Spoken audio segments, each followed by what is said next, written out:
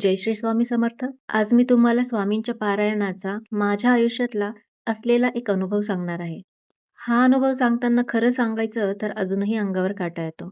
कारण काही गोष्टी आपण कितीही विचार करून समजून घेण्याचा प्रयत्न केला, तरी त्याचं उत्तर फक्त एकच वाटतं, स्वामींची कृपा. पारायण करण्यापूर्वी माझी स्वामींवर श्रद्धा होती, पण ती फार खोल नव्हती.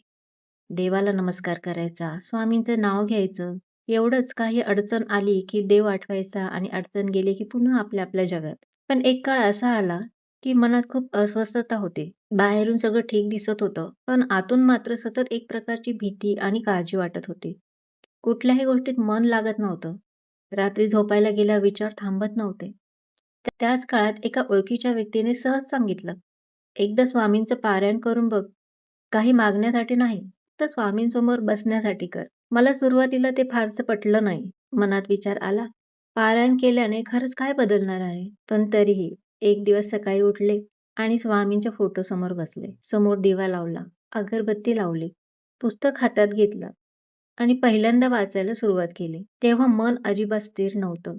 2 ओळी वाचायच्या आणि मन दुसरीकडे जायचं. पुन्हा सुरुवातीपासून वाचायचं. फोनची आठवण यायची.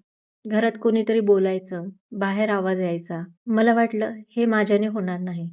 पण त्या दिवशी मी पुस्तक बंद केलं नाही. हळूहळू वाचत राहिले आणि एक विशिष्ट गोष्ट जाणवली. आपण पारायण करत नाही. आपण स्वतःला थोडा वेळ स्वामींच्या चरणी बसवतोय. दुसऱ्या दिवशी पुन्हा बसले. तिसऱ्या दिवशीही बसले. काही दिवसांनी एक वेगळाच बदल जाणवायला लागला. माझा बाहेरच्या परिस्थितीत फारसा बदल झालेला नव्हता. पण माझ्या मनात बदल झाला होता. पूर्वी एखादी छोटी गोष्ट झाली तरी लगेच चिंता वाटायची. आता मनात एक विचार यायचा, घाबरू नकोस, स्वामी आहेत. हे वाक्य कुणी मला सांगितलं नव्हतं, पण ते आपोआप मनात यायला लागलं. पारायण करताना कधी खूप शांत वाटायचं. काही दिवस मात्र मन अजूनच अस्वस्थ व्हायचं. आणि तिथेच मला एक गोष्ट समजली. पारायण म्हणजे प्रत्येक दिवशी चमत्कार होणं नाही. कधी मन शांत असतं, कधी मन भरून येतं, कधी काहीच जाणवत नाही. पण आपण बसायचं, वाचायचं आणि स्वामींचं नाव घ्यायचं. एक दिवस पारायण करत असताना माझ्या डोळ्यात अचानक पाणी आलं. विशेष काही घडलं नव्हतं. पुस्तकातला प्रसंग वाचत होते आणि अचानक मनात विचार आला, आपण किती वेळा स्वामींना फक्त अडचणीच्या वेळी आठवलं आणि तरीही स्वामींचं नाव घेतल्यावर मनाला आधार मिळतो. त्या क्षणी मन खूप भरून आलं. मी पुस्तक बाजूला ठेवलं आणि फक्त स्वामींच्या फोटोकडे बघत बसले. काही मागितलं नाही. फक्त म्हणाले, स्वामी, मला काही नको. फक्त माझं मन तुमच्यावर ठेवण्याची ताकद द्या. आणि खरं सांगते, त्या दिवशी पहिल्यांदा मला पारायणाचा अर्थ समजला. आपण देवाकडे सतत काहीतरी मागत असतो. पण कधी देवासमोर बसून काहीही न मागता फक्त मन मोकळं करणंही गरजेचं असतं. पारायण पूर्ण होण्याचा दिवस जवळ आला. तसं माझ्या मनात एक वेगळाच आनंद होता. पुस्तक बंद करून उठताना मनात आलं, हे 7 दिवस मी स्वामींच्या जवळ बसले होते. असं म्हणणं कदाचित मोठं वाटेल, पण मला तसंच जाणवलं. पारायण पूर्ण झाल्यावर मी स्वामींसमोर नमस्कार केला. माझ्या आयुष्यातील सगळ्या समस्या त्या क्षणी संपल्या नव्हत्या, पण माझ्या समस्या पाहण्याची नजर बदलली होती. पूर्वी अडचण आली की वाटायचं हे माझ्याबरोबरच का? आता वाटायला लागलं की ही परिस्थिती आहे. तीही निघून जाईल. स्वामींचं नाव घेऊन पुढे जाऊया. आणि माझ्यासाठी हाच सर्वात मोठा अनुभव होता. नंतर काही छोट्या गोष्टी घडल्या. काही कामं जी खूप कठीण वाटत होती, ती अपेक्षेपेक्षा सहज झाली. काही लोकांकडून योग्य वेळी मदत मिळाली. काही निर्णय घेताना मनाला स्पष्टता मिळाली. हे सगळं मी चमत्कार म्हणून सांगत नाही. पण प्रत्येक वेळी एक भावना मनात यायची, स्वामींनी हात धरला आहे.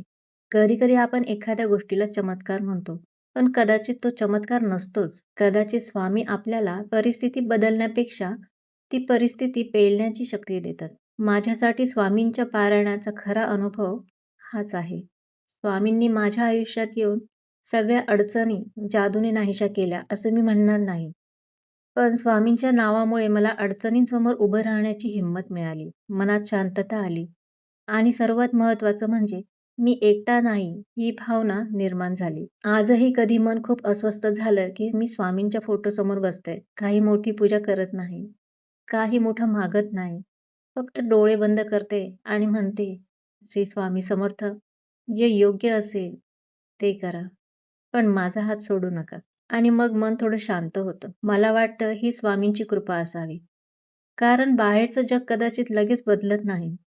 पण आपल्या आत काहीतरी बदलतं आणि तो बदल खूप मोठा असतो. पूर्वी संकट आलं की मी घाबरायचे. आता संकट आलं की स्वामी आठवतात.